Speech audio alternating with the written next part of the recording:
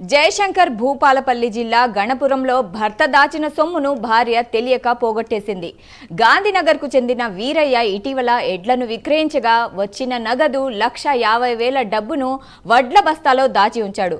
వీరయ్య పని మీద పొలానికి వెళ్లాడు. అయితే వీరయ్య భార్య వడ్ల బస్తాలను వడ్లు కొనే వాళ్లకు విక్రయించింది.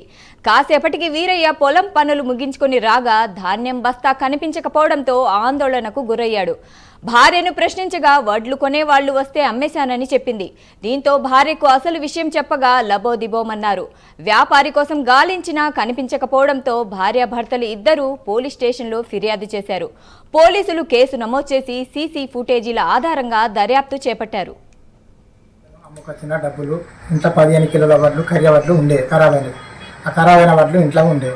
ఆ డబ్బులు తీసుకొచ్చి నేను ఇంట్లో వేసి పొలం పనులకు వెళ్ళినాను. 11 గంటల 20 నిమిషాలకు ట్రాలీ ఆటో చింతగింజలు కొనటానికి ఎవడో వచ్చినాడు.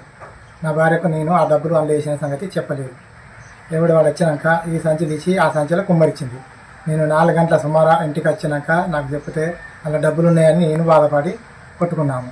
గణపురం అక్కడ పిటిషన్ ఇచ్చినాము. పోలీస్ స్టేషన్లో గణపూర్ పోలీస్ స్టేషన్లో పిటిషన్ నాది న్యాయం ఏదన్నా చేసి అలా పోయిన డబ్బులు